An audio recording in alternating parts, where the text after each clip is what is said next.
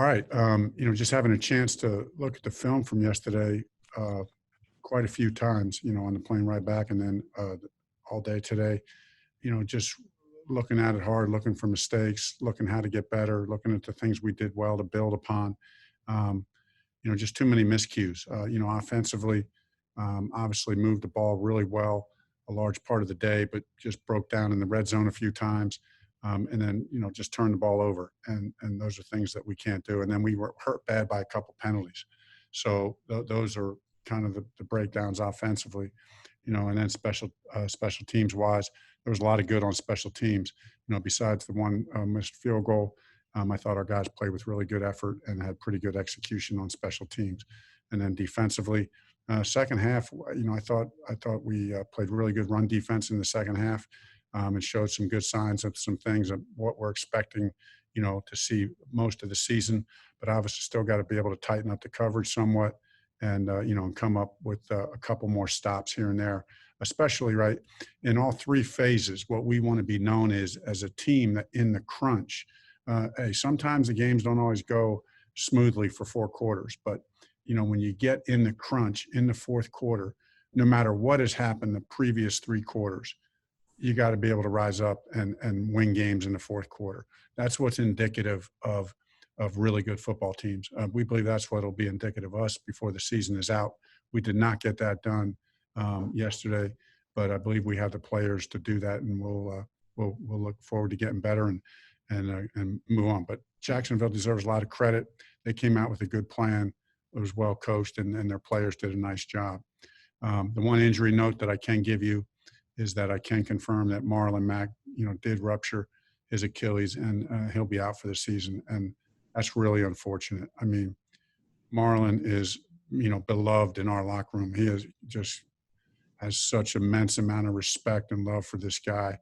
He's a true Colt, and he was just looking so good in training camp, and even in his few snaps yesterday, he just looks like lightning, man. He just looked like lightning out there, and it's just very unfortunate, very bad timing for him and his family. And so, I just haven't had a chance to talk Marlon yet, but, did leave him a message today saying I really believe the best football is still ahead for Marlon Mack. That guy's a class act in every way and a great player. All right, Bob Kravitz. Hey, Frank, I just wanted to circle back to your decision and the team's decision to kneel. What kind of reaction or backlash have you received? And I wonder, have your thoughts on this evolved and changed over the last couple of years since Kaepernick kneeled, or have you always held these views? Well, that's a pretty deep question to open up, Bob, but I appreciate you asking. Yes, I think everything is, I'm always growing and learning. I probably really can't say as far as my stance on the kneeling back then or now, making the comparison. We as a team and as an individual, made the decision that we made in light of what we're doing in the narrative of our team and what we've been through as a team, and what we thought would be the best message to send to our community, and how we can help. And that primary message was that to a very large extent, it needs to start with the white community to step up and really to have some resolve and some courage to really make a difference in this area. So that's really was the intention of the message. And so, yeah, I'm still learning and growing and evolving in my understanding of a very complex issue. I'll just say that also, Bob. I mean, this issue there is very complex, and there's a lot of different perspectives to consider. It's always going to be hard to please, a lot of people or all the people, but you have to do what I believe everybody has to do, what is in their conscience. As far as backlash, I'd rather not get into that. I mean, I will say I've got some encouraging notes from some people. There's been some negative things, but all in all, I don't look at too much of it anyway. We're getting ready for the next opponent. So, yeah, I'm just thankful to be with this team and this organization. Thank you. All right, Mike Chappell. Yeah, Coach, I'll let somebody else ask later on about how you move on without Marlon. What I'm concerned about, not concerned, but interested in is, when you look back now, 22 rushes, 40-some passes, but 17 passes and receptions to running backs. Is that going to be a reflection of how you will move forward, and maybe the running game is complemented by using the backs in the passing game? Yeah, that's part of the answer, but part of the answer is we do just want to have more runs. But I think what you're observing or putting together is very true, that, getting the backs touches,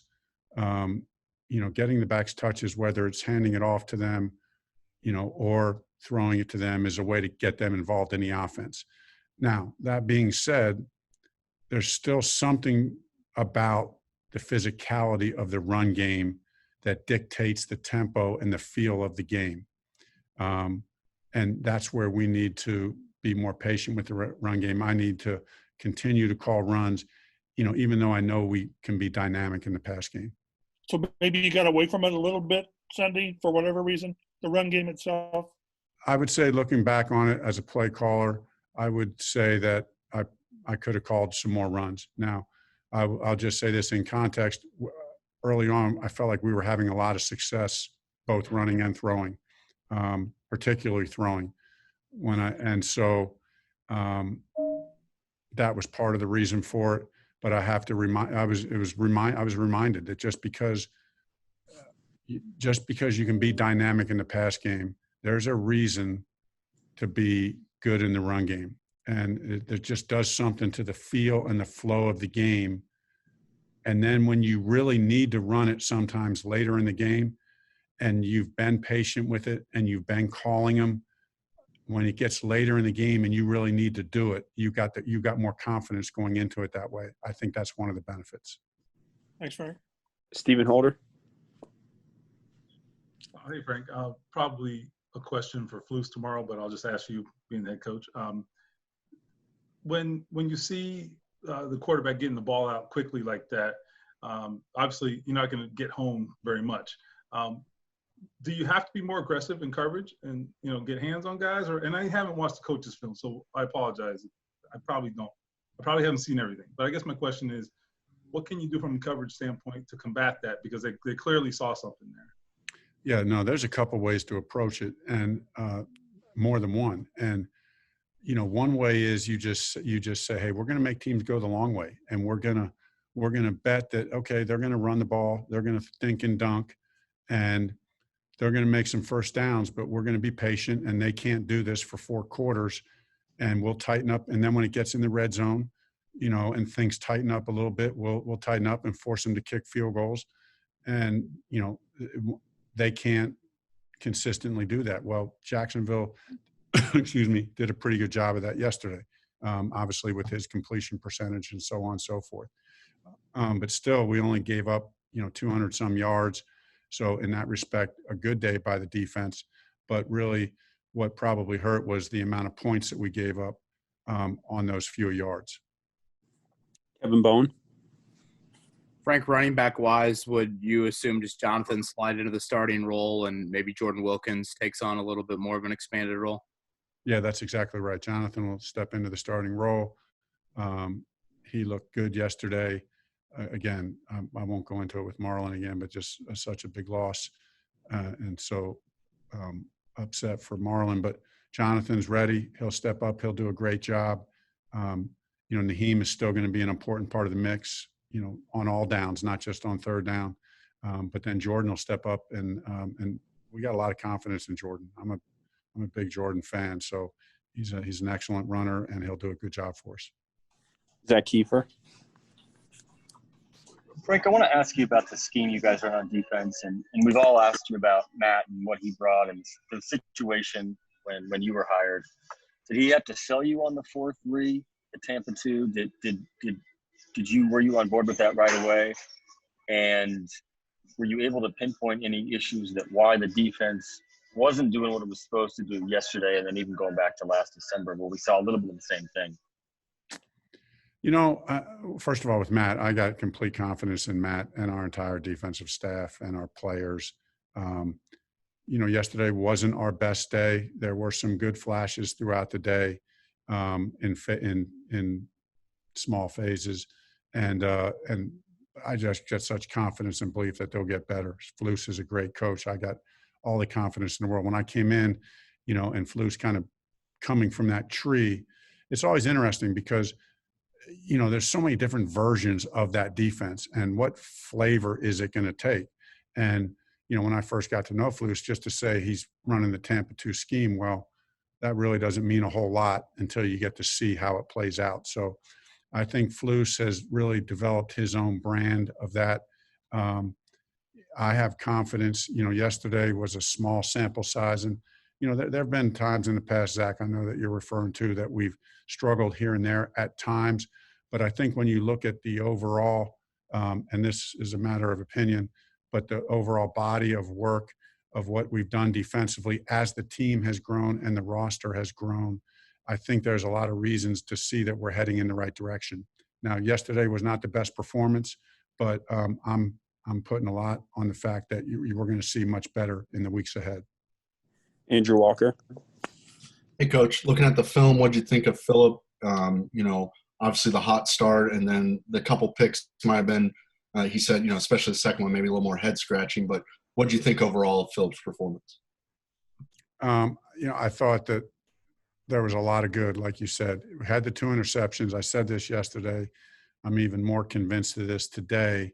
The first interception was on me, not on Philip. And I'm not saying that to protect him. I'm just telling you it was a bad call.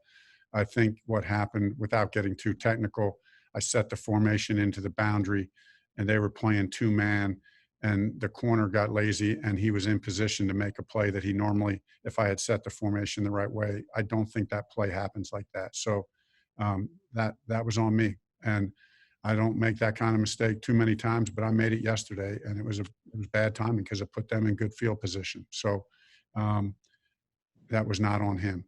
No matter what he says, there's no way to see that guy. That guy shouldn't even be there if the formation's set the right way. But overall, there was a lot of good things. I mean, our third down percentage wasn't as good. Philip in his career has been incredibly good on third down. But you also, I would just say this for everyone. You guys know this, but because I probably mentioned it last 2 years. We were 4 for 12 on third down. But twice we made it on fourth, 1 for 3, but another one we made by penalty.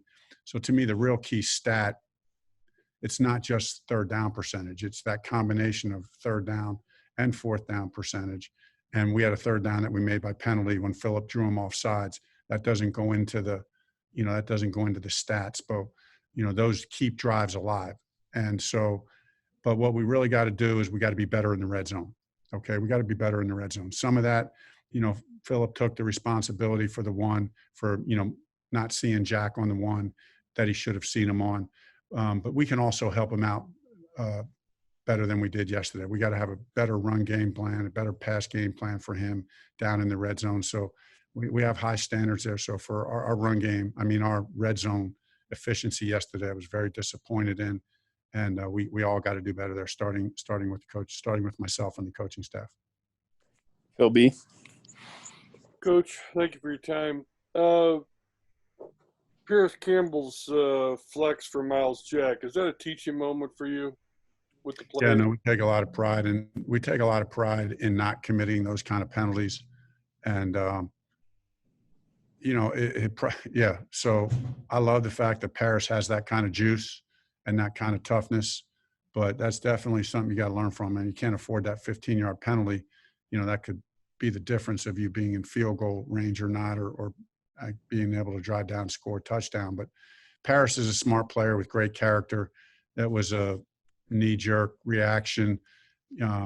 So he'll learn from it, and we'll all learn from it. It's really, we look at those kind of plays not only from our team, but when we see those kind of plays around the league, we'll show those plays to our players to make sure we don't do it. That's why we were one of the least penalized teams in the league last year, I believe, because we didn't make those kind of mistakes. Joel Erickson.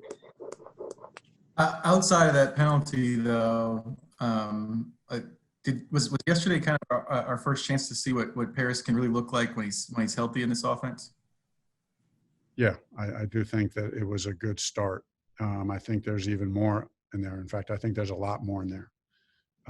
Really excited about Paris. Have been from day one. He's very versatile. He's strong. He's fast. He's smart. He's disciplined. He's everything we want. He's the kind of guy we want on our team. And I just think he's just still young and growing. And you can see his speed and explosiveness out there. He knows how to set up routes. I think he'll continue to develop, and hopefully we can continue to develop his role in our offense. Mike Wells. Frank, I want to ask you, with Jonathan stepping into Marlon's role, and Marlon's spot as a starting running back, do you have to say something to a young man who's stepping in this situation? Because I'm sure you guys envisioned, him, getting carries, but probably not as many with Marlon being out there this year. I just think it's a mindset that that Jonathan's got to come in and and just take ownership of the position. We're still going to rotate guys through. But Jonathan's got to be the lead dog and have that mindset and have that confidence, and I know he'll do that. Okay, we'll go 3 more. Jim Aiello. Hey, Frank. Kind of apologize ahead of time for asking about it's one play, but it was a play that's been talked about a lot. It was the Jacoby play when he went in there on the read option. It looked like. Can you talk about what was the thinking about why that was the time to throw Jacoby in there for that particular play? We had a handful of plays that we were thinking about getting him in. Jacoby has been really good in a lot of ways, but particularly in the red zone. Felt that he was a big reason why we were pretty successful in the red zone last year as an offense. And, just because he does add that threat to run, so that whether we're running a quarterback read thing that has the run built into it, or even just sometimes him being in there and being a threat to run. Now thankfully, and they played it perfectly. I got out coached on that one. I should have not had that been the first play that I put him in hindsight. Thankfully, we were able to score on the next play. But in hindsight, that I probably should have done something else with him first, and not knowing that they would expect us to do that first. So that was poor judgment on my part. George Bremer. Coach, you mentioned the physicality of the running game. Is that something you expect Jonathan Taylor to bring to the table? It seemed like he was moving the piles quite a bit when he was in on. Yeah, you can feel you can feel not only his speed on the field, but you can feel his size. And so that combination, right, of speed and size, equals power or force. And I think we're going to see that. I think we'll feel that. I think we'll feel it. It'll add to what is already a very physical offensive line. And, but the great thing with Jonathan, unlike a lot of backs who bring that physicality, Jonathan also brings breakaway speed. So, what I'm hoping that we see is, and this is why we got to continue to call more runs, that I have to continue to call more runs, is that, you get a guy who can be a workhorse back like that. And Marlon was like this as well. The more times you give it to them, the better they're going to get, the more confidence they're going to get. And so that's going to be another reason why we have to continue to feed the running game. All right, last one, Greg Doyle. Sorry. Mondays, overreaction Monday is what we do, and Lord knows I'm really good at that too. But I'm wondering how you guys feel about the big not overreacting there, and kind of what Darius Leonard was telling us yesterday afterwards. He said we can't let this one game destroy us. We know what we have in that locker room. Would you mind just expounding on the mental aspect of coming back from that defeat? Sure. One of the things I said to the team, and this might sound a bit odd, a couple days before, or at the beginning, actually Wednesday, to kind of set the tone for the week, was, knowing that this is a long haul. I said, let's do this. Let's not ride the wave of results week in and week out. Rather, let's create our own wave by the way we prepare and by how close we are as a team, and by the mindset and the mental toughness that we have to overcome anything. And, that's how you create a wave. In this business, it's very easy to get caught up riding the results, riding the wave of results and the circumstantial feel that a Monday has after it, whether you win or lose. What I have experienced and what I believe to be true is that's not the best way to get there in the long haul. It's understandable we have the emotions of disappointment and the like and excitement when we lose, whether we lose or win. But the focus has to be, creating our own wave by how we prepare, by how we stick together, and I believe we'll do that.